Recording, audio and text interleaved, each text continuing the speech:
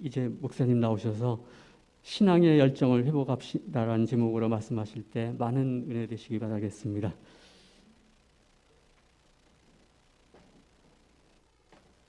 할렐루야. 오늘 이 예배에 함께하는 우리 사랑하는 믿음의 식구들 위해 하나님의 크신 은혜가 함께하시길 주님의 이름으로 간절히 축원드리겠습니다. 또 귀한 찬양으로 또 이렇게 은혜 받게 하셔서 얼마나 감사한지 몰라요. 우리는 그동안에 6주에 걸쳐서 요한계시록에 나타난 7교회에게 주시는 주님의 말씀을 살펴보았습니다. 7교회 가운데 칭찬만 들었던 교회는 2교회인데 그 교회가 서문학 교회 그리고 빌라델피아 교회이고요. 반대로 아주 큰 책망만 들었던 교회도 2교회인데 그 교회가 사대교회이고요. 그리고 오늘 말씀을 나눌 라오디게아 교회가 되겠습니다. 그리고 칭찬과 책망을 함께 받았던 그 세 교회가 예배소 교회, 버가모 교회, 그리고 두아디라 교회. 이 세 교회는 칭찬도 받았고 또 책망도 받았던 것인데요.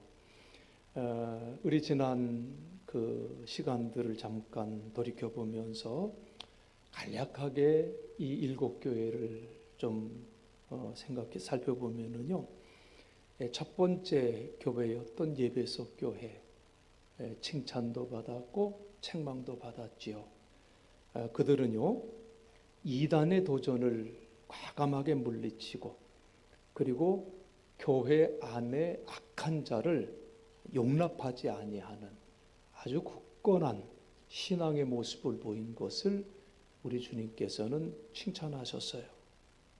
그런데 그 과정에서 그들이 갖고 있었던 그 첫사랑을 회복한 것을 아쉬워하시며 첫사랑을 회복해라 이렇게 예배소 교회를 향해서 권면하시는 주님의 음성을 들었습니다. 두 번째 교회는요 서문학 교회예요. 아주 칭찬받은 교회인데 내가 환난과 궁핍에 처하였지만 끝까지 믿음을 지키고 승리했으니 실상은 내가 보니 내가 부자로다. 내가 부요한 자로다. 그리고 내가 생명의 면류관을 내게 주리라. 이렇게 칭찬하시는 모습을 우리가 보았습니다. 세 번째로는 버가모 교회지요. 책망과 칭찬을 함께 받았는데 이 버가모 교회를 향해서 너희는 정말 핍박이 심한 곳에서 순교자까지 나올 정도로 굳건한 믿음을 지켜왔던 것을 내가 안다. 이렇게 위로하시며 칭찬을 했지만 그 안에 발람의 교훈과 니골라당의 교훈을 따르는 자들이 있는데 빨리 회개하고 너의 삶의 자리를 너의 생각을 바로 세우라고 하는 책망의 말씀도 함께 받은 교회가 버가모 교회예요.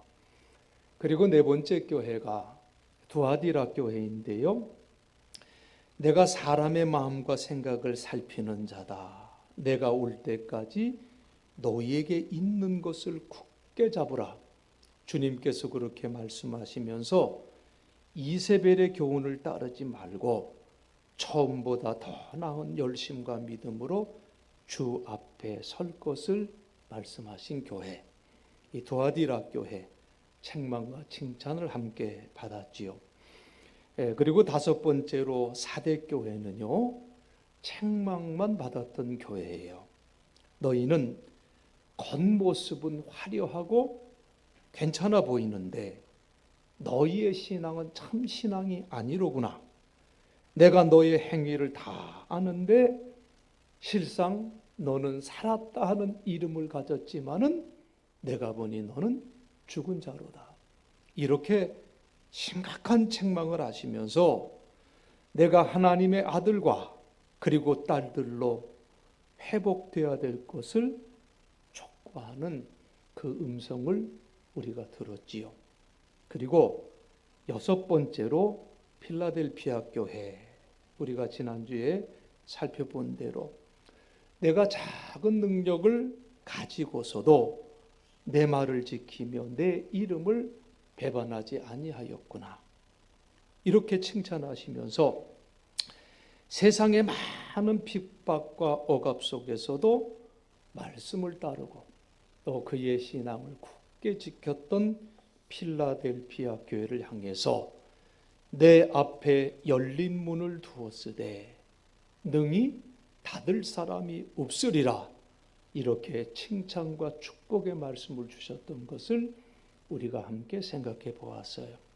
자, 오늘은 요한계시록에 등장하는 마지막 교회 라오디게아 교회를 향해서 주시는 말씀을 생각해 봅니다.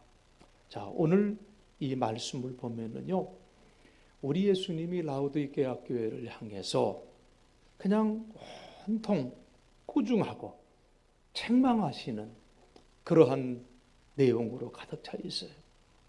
아주 혹독한 야단이 라오디게아 교회에 쏟아지고 있는데, 도대체 이 라오디게아 교회가 무엇을 그렇게 잘못을 했을까?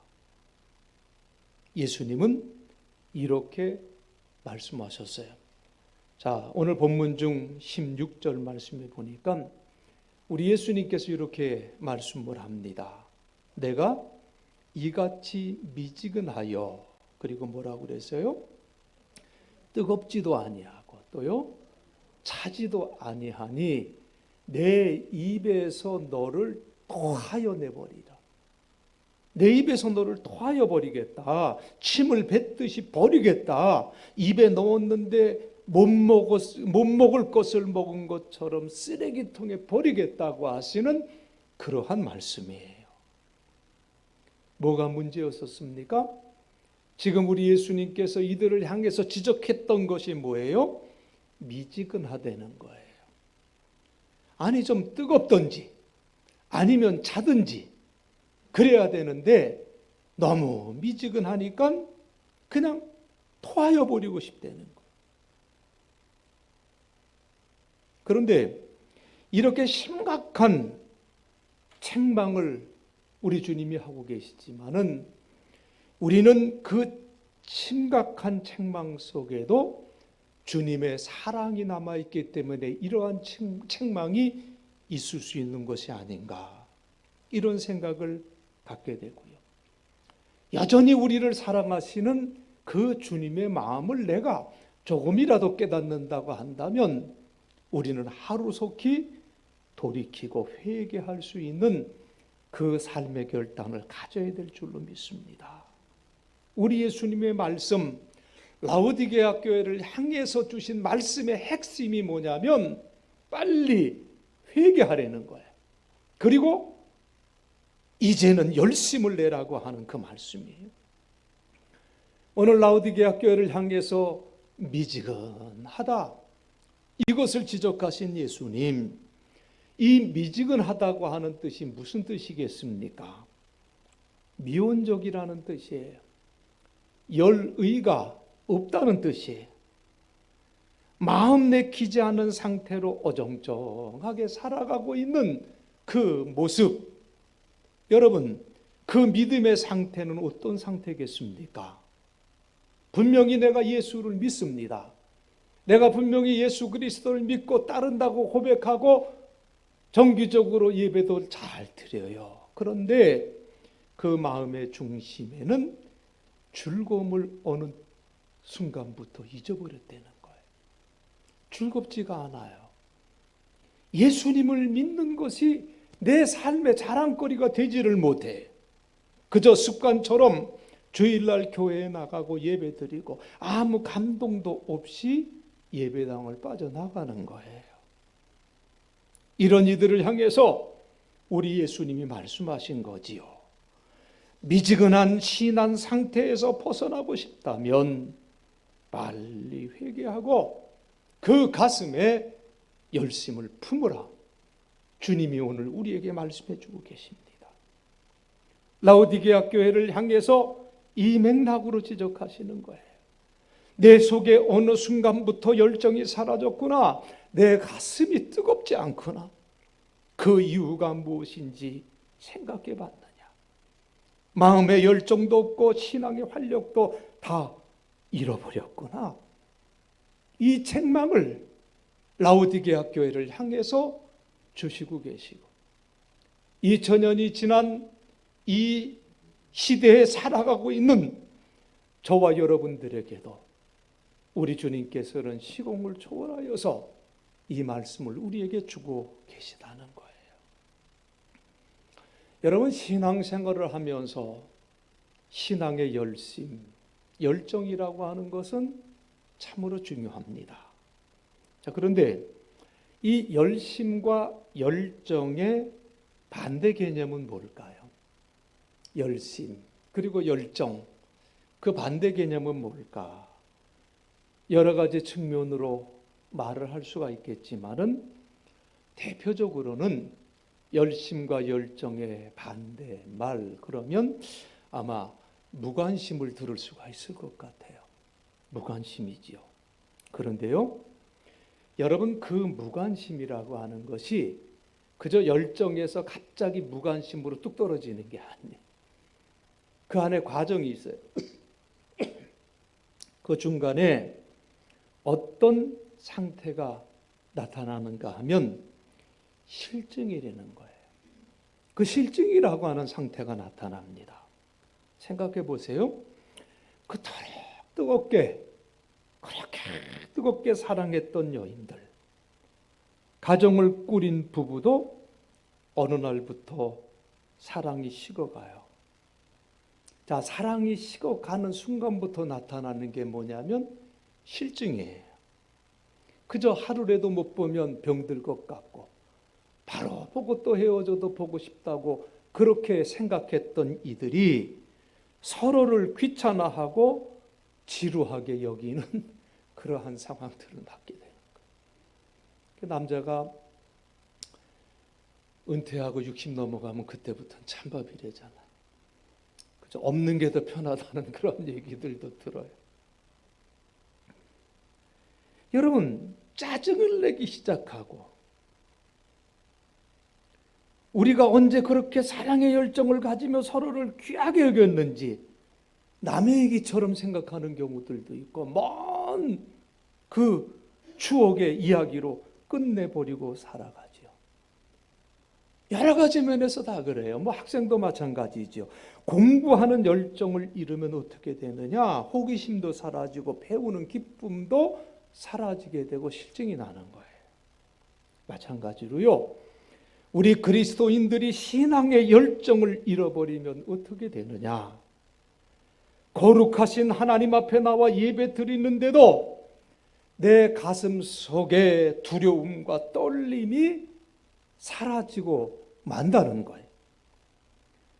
하나님께 기도하는데도 다른 사람과 다른 사람의 시선 그리고 칭찬에 연연하는 경우들도 생긴다는 거예요. 봉사를 할 때도 사랑 때문에 하는 것이 아니라 남들이 알아주기를 위해서, 또는 다른 반대 극부를 노리면서 봉사하는 사람들도 얼마나 많이 있는지 몰라요. 여러분, 오늘 우리가 다시 한번 깊이 생각해야 됩니다. 과연 믿음이라고 하는 것이 뭐냐? 다시 말해서 내가 지금 믿음의 삶을 살고 있다고 고백하는데 내 믿음의 핵심은 과연 뭐냐? 이것은 우리가 분명히 짚고 가야 된다는 거예요. 마태복음 22장 27절로 40절에 보면 우리 주님께서 그 믿음의 핵심에 대해서 분명하게 두 가지를 지적해 주셨어요. 내 몸과 마음과 정성 그리고 내 목숨을 다해서 하나님을 사랑하는 것. 그리고 또 하나는 뭡니까? 그리고 내가 너를 사랑한 것 같이 너희는 내 이웃을 사랑하라. 이것이 믿음의 뭐라고 그랬습니까? 이게 핵심이라고 우리 주님 말씀해 주셨어요. 그래서 이것이 믿음의 핵심, 하나님 사랑과 이웃 사랑이 믿음의 핵심이기 때문에 기독교 신앙에는요, 반드시 그 열정과 열심이라고 하는 것이 동반될 수밖에 없다, 그 말씀이에요. 우리가 이것을 기억해야 돼. 오늘 본문에 기록되어 있는 라우디게아 교회가 위치한 곳은요, 굉장히 척박한 땅이었었습니다. 물도 나지를 않아요. 그래서 한 15, 16km 정도 떨어진 골로새라고 하는 도시에서 차가운 물과 그리고 뜨거운 물을 동시에 끌어들여야만 그 물로 살 수 있는 도시였었어요. 자, 골로새에서부터 끌어올린 물 가운데 한 줄기는 시원한 물이었다고 그래요. 그런데 이 물이 르코스라고 하는 평야를 거쳐오면서 뜨거운 태양에 데워집니다. 그래서 그 시원했던 물이 미지근한 물로 바뀌어진다는 거죠. 그리고 또 다른 한 줄기의 물은 북쪽 히에라폴리스라고 하는 도시에서 끌어오는 그 물인데, 그 물은 광천수였다고 그랬어요. 그러니까 이제 온천의 물이지요. 그런데 이 뜨거운 물도 산지와 수로를 통해서 10여 킬로를 흘러오다 보면 그 뜨겁던 물이 미지근한 물로 변해진다는 거죠.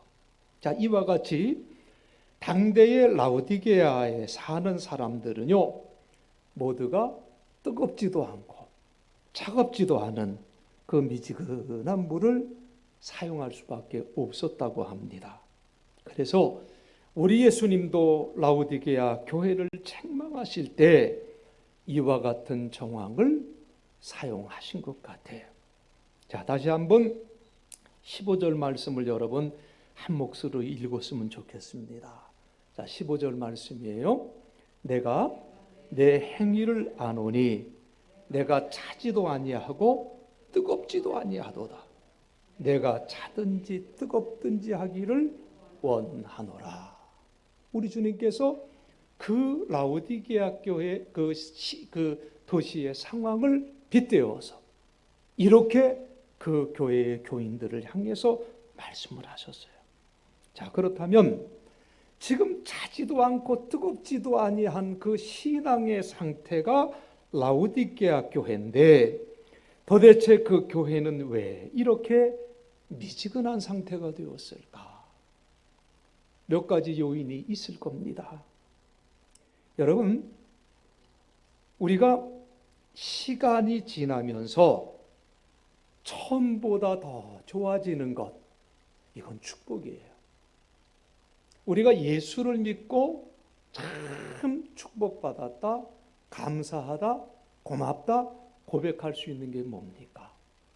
지나온 한 해를 돌아보면서 한 해의 삶을 돌이켜볼 때, 야, 그래도 내가 이만큼 변했지라는 것이 깨닫게 될 때, 그게 얼마나 감사하고 고맙고 정말 하나님 앞에 얼마나 큰 감사의 조건이 되는지 몰라요.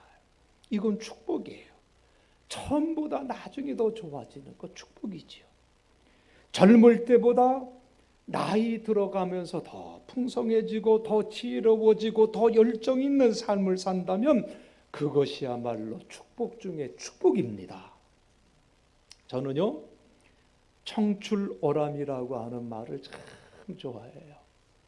청출어람, 잘 알고 계시는 말씀인 줄 아는데, 스승보다 제자가 더 훌륭해지는 것을 두고 청출어람이다, 그렇게 얘기를 해요. 여러분, 이같이 아버지보다 그 아들이 더 잘 되고, 또 선배보다 후배가 더 잘 돼가는 그러한 모습들, 이거 큰 축복이지요. 여러분, 이같이요, 기독교의 신앙은 전승의 신앙이에요. 기독교의 신앙은 전승의 신앙이고, 그렇기 때문에 내가 이 청출어람이라고 하는 말을 그렇게 좋아하는지 몰라요. 좋아하는 것 같아. 자, 아브라함의 신앙, 이삭의 신앙, 야곱의 신앙이 어떻게 됐습니까? 다 따로 놓은 게 아니에요. 다 전승이 됐어요. 더욱이 전승될 때마다 더 풍성해졌다는 것. 여러분, 이것이 얼마나 큰 축복입니까? 가끔 어머니들이 그러한 안타까운 말씀들을 하는 것을 듣게 돼요. 나는 신앙생활에 최선을 다하는데, 하나님 앞에 기도 생활도 열심히 하는데, 내 딸들은, 내 아들은 교회를 안 나와요. 이게 내 기도 제목인데 좀 어떻게 해야 될지 모르겠어요. 어떻게 해야 그 신앙을 이어받을 수가 있을까? 그게 고민이에요. 그런 얘기를 참 많이 듣습니다. 여러분, 우리가 부모로부터 신앙적인 유산을 이어받았다는 것은요, 이건 축복 중에 축복이에요. 여러분, 부모로부터 신앙을 이어받은 사람들을 두고 무슨 신앙이라고 얘기를 해요? 그래요, 모태신앙이다. 그러니까 저는 이제 그냥 우스갯소리로 모태신앙이 어딨냐, 모태출석이지, 이렇게 이제 얘기를 하는데 그걸 모태신앙이라고 그래요. 여러분, 어머니가요, 한 생명을 뱃속에 잉태를 하고요, 그리고 그 10개월 동안 배를 쓰다듬으면서 그 생명을 위해서 얼마나 많이 기도하는지 몰라요. 그렇죠? 그저 나쁜 것도 안 보려고 그러고, 나쁜 말도 안 하려고 그러고, 나쁜 것도 안 먹으려고 그러고, 어떻게든지 좋은 생각 가지려고 그러고, 그리고 그 생명을 통해서 정말 그 생명을 위해서 하나님 앞에 기도하지요. 이 생명을 주여 보호해 주세요. 거룩하게 해 주세요. 건강하게 해 주세요. 하나님이 쓰실 만한 큰 인물이 되게 해 주세요. 아마 배에 손을 대고 그렇게 기도하고 태어난 그 생명들이에요. 그렇게 어머니의 기도를 통해서 이 땅에 태어났는데, 그 생명이 잘 자라는 듯 하다가 어느 날 갑자기 영적 투쟁이 일어나요. 갈등도 일어나요. 어머니의 신앙을 그대로 내가 이어받을 것인지, 아니면 나만의 신앙을 만들 것인지 씨름을 할 때가 온다, 그 말씀이에요. 아버지, 어머니보다 한 단계 더 성장한 믿음의 자리에 들어서는 것이 모태 신앙인이 가질 수 있는 축복 중에 축복인 줄로 믿습니다. 그런데 그렇게 되기까지 쉽지 않다는 게 문제지요. 그래서 모태 신앙을 종종 아무것도 못하는 못해 신앙이라고 이렇게 우스갯소리로 말하는 분들도 계세요. 왜 그러냐? 기도하라, 그럼 못해. 전도하라, 그럼 네가 해, 난 못해. 뭐 이러해서 모태 신앙이라고 그런대요. 여러분, 오랫동안 신앙생활하신 분들께는 장점이 있습니다. 적어도 신앙생활은 어떻게 해야 되는 것인지는 알아요. 그러니까 오랫동안 신앙생활을 하신 분들은 나름의 기초가 있습니다. 그런데 이 나름의 기초가 있는 분들이 정말 사라지기 쉬운 것이 뭐냐면 설레임이라는 거예요. 두려움이라고 하는 거예요. 거룩한 분 앞에 그 설 때의 그 두려움, 그리고 기쁨, 그 설렘, 이것이 사라지기가 쉽다는 거예요. 그리고 어떠한 문제가 생기면 남을 탓하는 경향들이 생기기 시작해요. 시간이 지나면서 우리는 더 성숙해져야 되는데, 더 성숙해지지 않으면, 그리고 또 내가 두려움과 설렘을 잃어버리면 시작은 뜨겁지만 어느 순간에 미지근해지고 만다는 사실이죠. 미지근해지는 거예요. 실증이 나고 설렘을 이루는 순간에 우리는 미지근해질 수밖에 없다. 이걸 깊이 생각해야 돼요. 또 한 가지는 이렇게 미지근해지는 것 가운데는 우리의 생각과 관련이 분명히 있겠지요. 대부분 과거 지향적으로 생각하는 경우들이 많지요. 현재와 미래를 위한 신앙의 꿈을 꾸지 못하고 과거에만 연연하는 상태, 어제의 신앙에 멈추어 서 있는 그 신앙, 그 사람들에게는 미래가 닫혀 있습니다. 또 그러한 분들은 대개 변화를 싫어해요. 옛것이 더 좋다고 거기에만 붙잡혀 있으려고 합니다. 새로운 도전이 없으면 기대할 수 있는 마음의 여유도 사라지고 말아요. 여러분, 어제라고 하는 시간은 참으로 소중한 시간이지요. 어제가 쌓여서 오늘의 내가 있기 때문이에요. 하지만 더 중요한 것은 오늘과 내일입니다. 그리고 기독교인의 삶의 태도는 무엇을 지향하느냐? 매일의 삶이 새로워지는 것. 이게 기독교인의 삶의 태도예요. 내가 지향해야 될 것이 뭐냐? 매일의 삶이 늘 새로워지는 것. 이게 여러분의 기도 제목이 되어야 돼요. 사도 바울이 고린도후서 4장 16절에서 그 말씀을 했어요. 그러므로 우리가 낙심하지 아니하노니 우리의 겉사람은 낡아지나 우리의 속사람은 날로 어떻게 된다고 그랬습니까? 새로워지도다. 우리의 속사람이 날마다 새로워진다. 이게 진짜 이것처럼 큰 축복이 어디 있습니까? 예수님과 함께 새로워지는 것, 말씀과 함께 새로워지는 것, 성령과 함께 매일매일 새로워진다는 것을 고백할 수 있는 삶, 그 삶이 바울의 삶이었고 그 신앙이 오늘 우리의 신앙이 되어져야 될 줄로 믿습니다.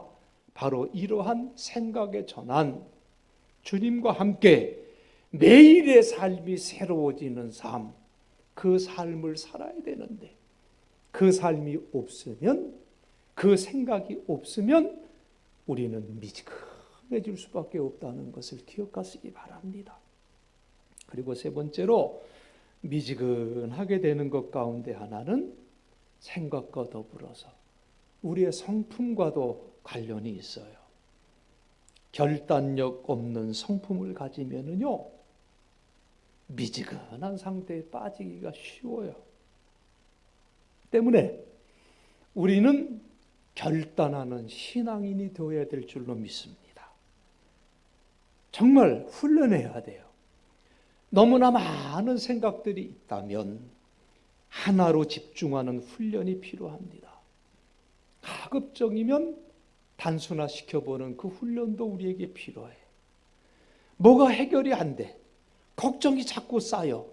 어떻게 할지 고민이 생기면 우리는 자꾸 세상 바라보고 사람 바라보지 말고 먼저 예수님을 바라볼 수 있는 그 훈련을 우리가 해야 될 줄로 압니다. 예수님이 어떻게 사셨는지, 우리 예수님이 어떻게 하나님을 사랑하고 이웃을 사랑했는지, 예수님이 어떻게 사람과의 관계 속에서 당신을 세워나가셨는지를 기억하며 우리의 생각을 집중하고 단순화시키고 결단해야 될 줄로 믿습니다.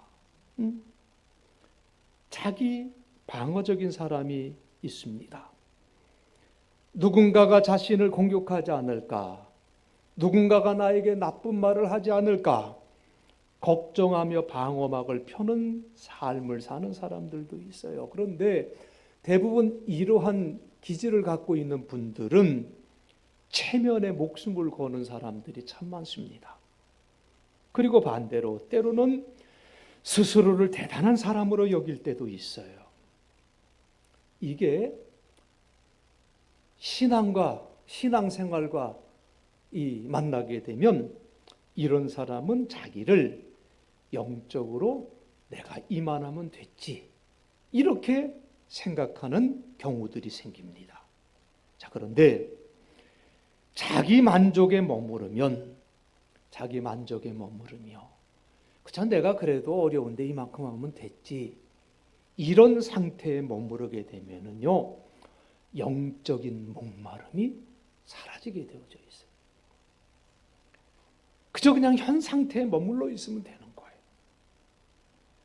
여러분, 우리 주님이 라우디게아 교회를 책망하신 것이 바로 이것 때문에 책망을 하신 거예요. 여러분, 17절의 말씀을 한번 읽어보세요. 자, 뭐라고 그랬습니까? 내가 말하기를 나는 부자라 부요하며 부족한 것이 없다 하나 내 곤고한 것과 가련한 것과 가난한 것과 눈먼 것과 벌거벗은 것을 알지 못하는도다. 주님이 지금 라우디게아 교회에게 말씀하시는 거예요. 내가 부요하냐? 스스로 부족한 게 없다고 여기느냐? 내가 자기 만족에서 빠져나오지 못하는구나. 기다림이 사라졌구나. 간절한 소원도 없구나. 내가 볼 때 너는 가련하고 앞도 못 보고 벌거벗었구나. 나는 내 모습을 아는데 너는 내 자신의 모습을 모르는구나. 예수님이 라우디게아 교회를 향해서 이렇게 책망을 하신 거예요. 좀 더 풀어서 말씀드리면 이렇게 말씀을 하는 겁니다. 내 신앙이 나태해졌다, 게을러졌다, 욕심과 탐욕으로 가득 찬 신앙이구나. 그래서 신앙의 위기에 내가 지금 놓여 있다. 그럼에도 아직도 위기라고 생각하지 못하고 있구나. 내 모습을 보니까 구토가 난다. 너를 토해내겠다. 그러니 이제 택하라. 활력을 주는 시원한 샘물이 되겠느냐? 또는 뜨거운 온천물이 되겠느냐? 아니면 미지근한 물로 아무도 쓸 수 없는 그러한 물이 되겠느냐? 이와 같이 우리 주님 책망하시면서 우리 예수님께서 두아디라 교회에게 주신 말씀이 말씀이에요. 다시 시작하자. 나하고 다시 시작하자. 내가 나를 주님으로 모셨느냐? 나는 내 안에 들어가 본 적이 없는 것 같구나. 그래서 주님께서 20절에서 자, 우리 다시 한번 시작하자 말씀하시는데 20절에 볼지어다. 내가 문 밖에 서서 두드리노니 누구든지 내 음성을 듣고 문을 열면 내가 그에게로 들어가 그와 더불어 먹고 그는 나와 더불어 먹으리라. 내가 아직 문 밖에 서 있다. 내가 지금 내 문을 두드리고 있다. 그런데 내가 열지 않고 있구나. 누구라도 좋다. 먼저 문을 열어라. 그러면 내가 내게 들어갈 것이다. 그리고 너는 나와 더불어 먹고 너는 나와 더불어 먹을 것이다. 나는 내 안에 있고 너는 내 안에 있다. 내가 너와 함께 동행하는 임마누엘의 역사가 이루어질 것이다. 그 말씀을 지금 라우디게아 교회에게 주시고 계세요. 오늘 우리는 주신 이 말씀 앞에서 나의 신앙의 상태는 과연 어떤가? 오늘 내가 어떤 중심으로 신앙의 삶을 살고 있는가? 다시 한번 돌이켜볼 수 있는 저와 여러분이 되어지기를 간절히 바랍니다. 오랫동안 예수님을 믿은 거, 그거 자랑입니다. 그렇지만 그것이 인간적인 자랑이 되어서는 안 돼. 교회의 직분을 맡은 것, 이거 분명히 큰 자랑이에요. 그러나 그것만 자랑하면 아무것도 아니에요. 우리는 스스로에게 물어야 돼요. 예수님을 믿는 내 마음에 기쁨이 있는가? 하나님을 믿는 것이 내 인생의 자랑인가? 오늘도 성령님이 주시는 그 감사, 그 감격이 나를 붙들고 있는가? 우리가 돌아봐야 될 줄로 믿습니다. 오늘 하나님께서 라우디게아 교회를 통해서 우리에게 말씀하십니다. 너희의 모습은 과연 어떠냐? 너희의 신앙은 어떠냐? 너희의 상태는 도대체 어떠냐?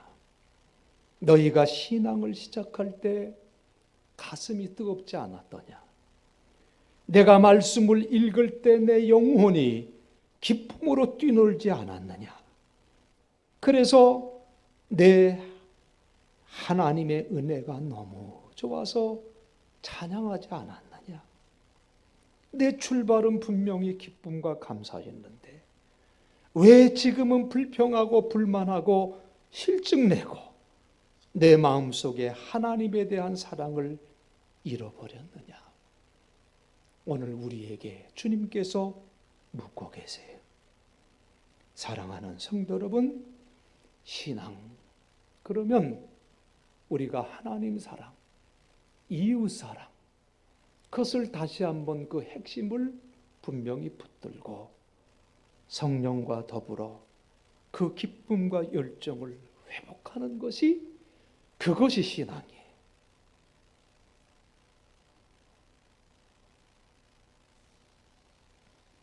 우리는 차든지 뜨겁든지 우리의 신앙을 회복해야 될 줄로 믿습니다. 그래야 우리 영혼의 자유와 하나님이 주시는 기쁨을 누릴 수 있게 되는 거예요. 자, 오늘 우리 예수님은 마지막으로 다음과 같이 우리에게 말씀해 주셨습니다. 21절의 말씀 함께 보겠습니다. 이기는 그에게는 내가 내 보좌와에 함께 앉게 하여 주기를, 내가 이기고 아버지 보좌에 함께 앉은 것과 같이 하리라. 아멘. 자, 너희의 신앙이 다시 뜨거워지든지 다시 차지든지 하나님이 주시는 말씀과 성령의 역사로 기뻐하고 감사하게 되면 마지막 날 너를 내 보좌에 함께 앉게 해 주겠다. 귀한 약속의 말씀을 주셨습니다. 사랑하는 성도 여러분, 우리는요 하나님 은혜 안에서 이미 승리한 사람들이에요. 그래서 우리는 당당하게 살 수 있습니다. 하나님이 주신 축복을 마음껏 누리며 사는 자들이 이 놀라운 하나님의 역사를 우리가 함께 이루어 나갈 수 있습니다. 성경을 보면은요, 우리 하나님도요, 열정이 있으신 분이고 열심히 있으신 분이에요. 내가 내 약속을 이루기 위해서 열심으로 이 일을 이루시겠다 말씀하신 분이 우리 하나님이에요. 그리고 우리 하나님은 질투하기까지 이 일을 이루시겠다고 약속하시는 분이에요. 우리 예수님도 하나님의 열심으로 이 땅에 3년여 공생의 기간 동안 모든 것을 다 바치셨습니다. 믿음의 선배인 사도 바울도 열정이 있었어요. 종교 개혁자들도 열정이 있었던 사람들이, 한국 교회의 선교자들의 신앙도 열정 있는 신앙이었었어요. 그리고 우리는 바로 이 믿음의 후예들이다. 그 사실이지요. 사랑하는 성도 여러분, 예수를 믿는 것이 우리의 기쁨이며 자랑이에요. 우리는 진리요 생명이신 예수 그리스도를 믿는 사람들이 이 놀라운 믿음의 축복을 갖고 한 걸음 한 걸음 주님과 함께 걸어나가는 복된 믿음의 자녀들 다들 되시길 주님의 이름으로 간절히 축원드리겠습니다. 기도하시겠습니다. 좋으신 아버지 하나님, 부족한 것 많고 죄 많은 우리를 하나님의 크신 은혜 안에서 당신의 자녀로 삼아주시고 이 땅에서 살아갈 동안 항상 용서와 도움의 은혜로 인도하시며 지켜주시니 감사합니다. 오늘 우리는 라오디게아 교회를 향해 주시는 하나님의 음성을 들었습니다. 신앙의 연륜이 깊어질수록 우리의 신앙과 인격과 열심이 더 깊어지고 커지고 귀해져야 함에도 불구하고 오히려 우리는 많은 시간 속에서 주님의 은혜를 입으며 살아감에도 불구하고 점점 더 뜨뜻미지근한 신앙으로 변해왔음을 고백하지 않을 수가 없습니다. 이러한 우리를 향해서 책망하며 징계하노니 그러므로 내가 열심을 내라 회개하라 말씀하시고 내가 차갑든지 뜨겁든지 하라며 우리의 잃었던 신앙의 열정을 회복시키기를 원하시며 명령하시는 주님의 그 귀한 말씀을 우리가 이 시간 들으며 다시금 우리의 모습을 돌이킬 수 있는 결단을 갖게 하여 주시옵소서. 사랑의 주님, 우리를 너무너무 사랑하셔서 지금도 내 마음의 문 앞에 서셔서 나의 마음의 문을 두드리시는 주님, 그 주님 앞에 내 마음의 문을 활짝 열 수 있도록 성령께서 내 마음을 붙들어 주시기를 원합니다. 이제 앞으로의 삶에 주님을 만나고 받았던 귀한 은혜의 설레임이 있게 하시고 우리의 생각과 성품이 주님 원하시는 변화의 은혜 속에 살게 하여 주옵소서. 무엇보다도 신앙의 열정을 회복하여 우리의 한 걸음 한 걸음이 주님 앞으로 나아가는 걸음걸이가 되게 하여 주옵시고 그 길이 축복된 길이었음을 모든 사람들에게 증거할 수 있는 귀한 삶 될 수 있도록 우리 사랑하는 믿음의 권속들을 붙들어 주시고 인도하여 주옵소서. 예수님 거룩하신 이름 받들어 간절히 기도드리옵나이다. 아멘.